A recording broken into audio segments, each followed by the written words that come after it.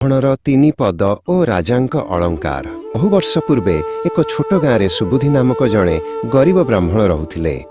ତାଙ୍କ ପାଖରେ ଖାଇବାକୁ ବିଶେଷ କିଛି ନଥିଲା, କିନ୍ତୁ ତାଙ୍କର ମନ ବହୁତ ଶାନ୍ତ ଥିଲା। ସେ ସବୁବେଳେ ଭଗବାନଙ୍କ ଉପରେ ବିଶ୍ୱାସ ରଖୁଥିଲେ। ଦିନେ ସେ ରୋଜଗାର ଆଶାରେ ପଡ଼ୋଶୀ ରାଜ୍ୟକୁ ଯିବାକୁ ସ୍ଥିର କଲେ। ବାଟରେ ଯାଉଥିବା ସମୟରେ ସୁବୁଧି ଜଣେ ଜ୍ଞାନୀ ସାଧୁ ମାର୍କଣ୍ଡଙ୍କୁ ଭେଟିଲେ।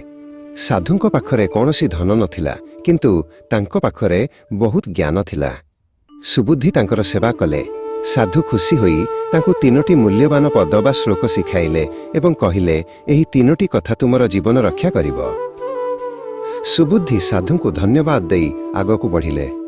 ପ୍ରଥମ ପଦଟି ଥିଲା, ଦେଖି ଚାହିଁ ପାଦ ପକା। ଚାଲୁ ଚାଲୁ ସନ୍ଧ୍ୟା ହୋଇଗଲା। ସେ ଏକ ବଡ଼ ବରଗଛ ମୂଳେ ବିଶ୍ରାମ ନେବାକୁ ସ୍ଥିର କଲେ। ସେ ସେଠାରେ ବସି ଗଭୀର ଭାବରେ ପ୍ରଥମ ପଦଟିକୁ ବାରମ୍ବାର ଗାଇବାକୁ ଲାଗିଲେ। ସେହି ଗଛ ପଛରେ କାଳିଆ ଏବଂ ନବଘନ ନାମକ 2 ଜଣ ଚୋର ଲୁଚି ରହିଥିଲେ।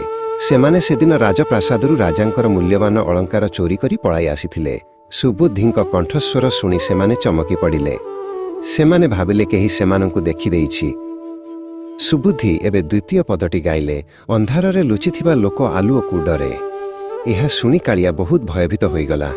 ସେ ଭାବିଲା, ଏହି ବ୍ରାହ୍ମଣ ଜଣକ ନିଶ୍ଚୟ ଜଣେ ମନ୍ତ୍ରଶକ୍ତି ଜାଣିଥିବା ଲୋକ, ଯିଏ ଅନ୍ଧାରରେ ବି ସବୁ ଦେଖିପାରୁଛି।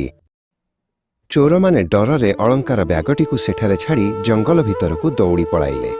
କିଛି ସମୟ ପରେ ସୁବୁଧିଙ୍କ ନଜର ସେହି ଚମକୁଥିବା ବ୍ୟାଗ୍ ଉପରେ ପଡ଼ିଲା।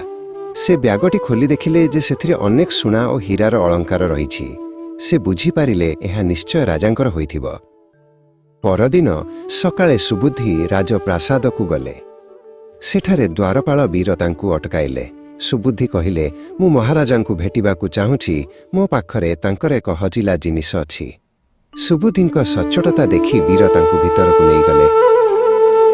ରାଜସଭାରେ ରାଜା ଗଜପତି ବହୁତ ଚିନ୍ତିତ ଥିଲେ। ସୁବୁଧି ରାଜାଙ୍କ ପାଖକୁ ଯାଇ ଅଳଙ୍କାର ବ୍ୟାଗଟି ବଢ଼ାଇ ଦେଲେ। ରାଜା ନିଜର ଅଳଙ୍କାର ଦେଖି ଖୁସି ହୋଇଗଲେ, କିନ୍ତୁ ତାଙ୍କ ମନରେ ସନ୍ଦେହ ହେଲା।